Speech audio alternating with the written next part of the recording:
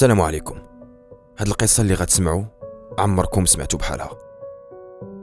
هذا كريم، باه معلم، امه ما خداماش، ولكن كان قراي ديما هو الاول في المات.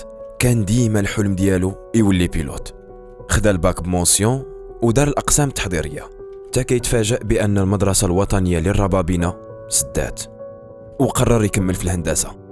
تخرج مهندس دوله وتقاتل حتى لقى خدمه واعتق والديه شويه. خدم عامين، وواحد النهار كيسمع بلي لارام محتاجه بزاف ديال لي بيلوت ومنظمه كونكور.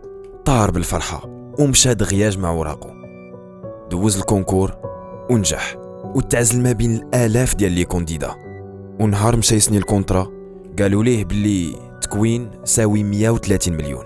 هو يتخلع، منين انا غنجيب هاد الفلوس كامله؟ هنا شرحت ليه الشركه بلي غادي نضمنوك باش البنكه تخلص عليك القرايه في فرنسا، وملي تسالي وتخدم تبدا ترجع هاد الفلوس على مده 10 سنين. انا قال الله هذه هي الفرصه باش نحقق الحلم ديالي وديال والديا، وكاع عائلته فرحوا به. تما جمع حوايجو ومشى لفرنسا. دوز تما تكوين ديال العذاب في احسن مدرسه طيران في اوروبا. من بعد ضغوط الامتحانات في التيوري بدا تيسوق طياره صغيره اول مره في حياته. واخا داكشي جديد عليه وماشي ساهل، تقاتل تنجح. رجع كريم من ورا هاد التكرفيس كامل عند ميمتو فرحان، حيت قريب يعوضها على تماره اللي دوزت معاه. وحيت دابا خاصو يسوق طياره كبيره، كيسني مع الشركه عقد كيتسمى كونطرا دو ستاج، اللي كيسنيوه كاع لي بيلوت في البدايه د المسيره ديالهم. واخا هاد الفتره متعارف عليها بسميه ستاج، الا انه كيدير كاع المهام اللي كيدير بيلوت عادي مقابل منحه متواضعه. هاد الستاج كيدوم تقريبا 9 شهور، وملي كيسالي كيسني عقد عمل صديقي مع الشركه. ولكن لسوء الحظ جات ازمه كوفيد وسط ستاج، وتحبسوا لي فول لمده طويله. هنا الشركه صيفطت ليه توقيف مؤقت فيه وعد كتابي انه غادي يكمل بنفس العقد مع نفس الشركه اون فوا القضيه تحرك شويه، وحبسوا ليه الفلوس ولا سينيسيس وحتى التغطيه الصحيه. كريم لقى راسو ما بين ليله ونهار بلا ريال بلا جوج. دارت به الدنيا، لكن قال معليش نصبروا مع الشركه تدوز الازمه. القضيه طولات والوضعيه ديالو صعابت، ولقى راسو عالة على والديه مورا ما كانوا معولين عليه، وكاع البيبان د الخدمه في وجهه تسدوا بسبب الالتزامات اللي عنده.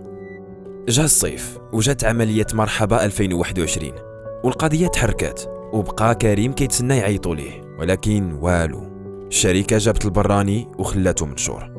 تصدم كريم، ولكن صبر وقال ان شاء الله خير.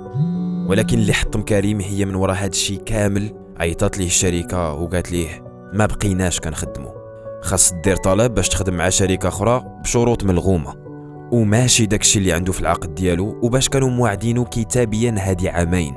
كريم حس بزاف بالحقره والظلم، كيشوف 5 سنين من حياته ضاعت باش يولي بيلوت، وتجربته المحدوده ما كتسمحش ليه باش يخدم في اي شركه طيران اخرى.